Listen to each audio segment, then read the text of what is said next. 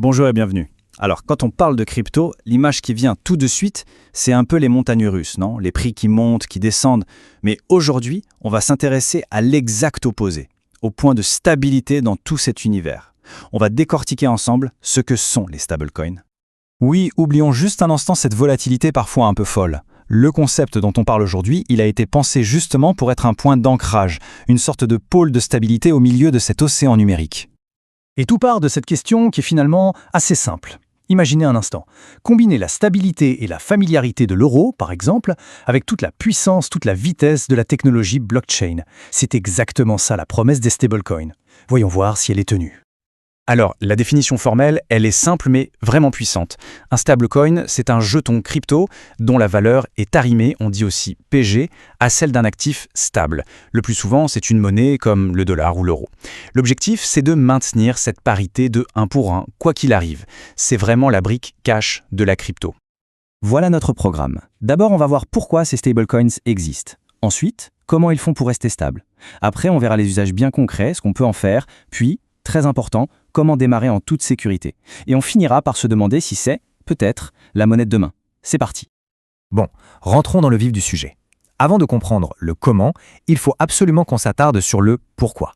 Quelle est la raison d'être de ces jetons si particuliers dans un écosystème aussi dynamique? En fait, il y a 3 raisons principales. La première, c'est de simplifier la vie. Envoyer l'équivalent de 100 € à l'autre bout du monde, un dimanche à 3 heures du matin, en quelques secondes, avec les stablecoins, c'est possible.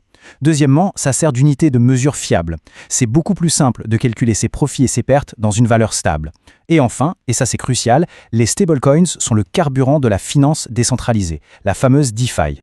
La question qui se pose, c'est mais comment un actif numérique fait-il pour maintenir sa parité avec l'euro ou le dollar? La mécanique derrière tout ça, vous allez voir, elle est en fait assez logique. Regardons ça d'un peu plus près. Pour assurer cette stabilité, il y a 2 grandes approches. La première, c'est la plus intuitive. Pour chaque stablecoin qui est créé, l'entreprise qui l'émet met de côté l'équivalent d'un euro ou d'un dollar dans ses réserves. C'est du 1 pour 1. La seconde approche est plus crypto. Là, pour créer des stablecoins, des utilisateurs vont bloquer en garantie d'autres crypto-monnaies comme de l'Ether. Et comme ces garanties sont volatiles, ils en bloquent bien plus que nécessaire. On appelle ça la surcollatéralisation. Juste une petite parenthèse, mais c'est important. Il existe une 3e famille, les stablecoins algorithmiques. Eux, ils n'ont pas ou peu de réserves et ils reposent sur des mécanismes assez complexes. Franchement, l'histoire nous a montré qu'ils étaient très fragiles. Quand on débute, le plus sage, c'est de les laisser de côté. Allez, passons à la partie la plus intéressante, les applications pratiques. C'est bien la théorie, mais dans la vie de tous les jours, à quoi ça sert concrètement? Le tout premier avantage, il est énorme, c'est la disponibilité. C'est fini, les banques qui ferment le week-end, les jours fériés. La blockchain, elle, ne dort jamais. L'argent peut circuler en permanence, 24 heures sur 24, 7 jours sur 7. Et le deuxième avantage qui va avec, c'est la vitesse. Fini d'attendre plusieurs jours pour un virement international, là on parle de quelques secondes ou de quelques minutes tout au plus pour que l'argent soit à l'autre bout du monde. C'est une vraie révolution pour les paiements. Au-delà des paiements, un des usages les plus connus, c'est de générer un rendement.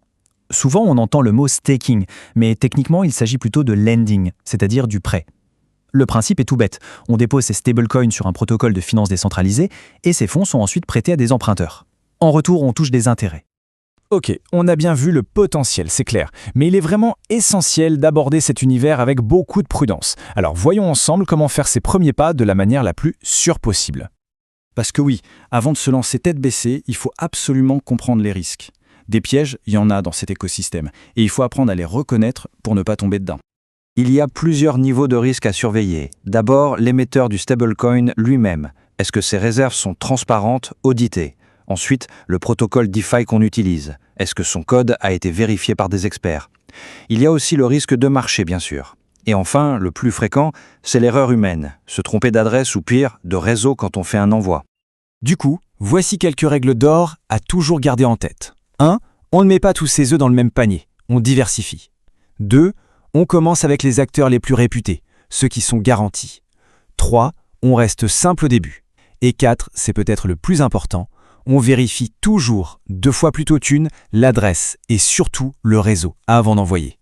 Et enfin, la règle ultime, si un rendement semble trop beau pour être vrai, c'est qu'il y a un loup. Bien, maintenant qu'on a vu le présent, prenons un peu de hauteur. Essayons de nous projeter. Quel rôle les stablecoins pourraient-ils jouer dans le système financier de demain? En fait, tout leur potentiel est là. Les stablecoins, c'est le meilleur des deux mondes. La stabilité des monnaies classiques avec les super pouvoirs de la blockchain. La vitesse, les coûts réduits, la disponibilité 24/7 et surtout la programmabilité. C'est la capacité de créer des paiements intelligents. Ils sont un pont essentiel entre la finance d'aujourd'hui et celle de demain. Pour résumer, on peut vraiment dire que le stablecoin, c'est le cash de la crypto. C'est un véritable couteau suisse numérique. Il sert à payer, à se mettre à l'abri de la volatilité, et c'est la fondation sur laquelle on peut prêter et emprunter dans ce nouvel écosystème. Et on va terminer sur cette question qui reste ouverte. Les stablecoins sont-ils juste un outil pratique pour les investisseurs crypto ou est-ce qu'on assiste au tout début d'une transformation beaucoup plus profonde de ce qu'on appelle l'argent ? Le débat est lancé,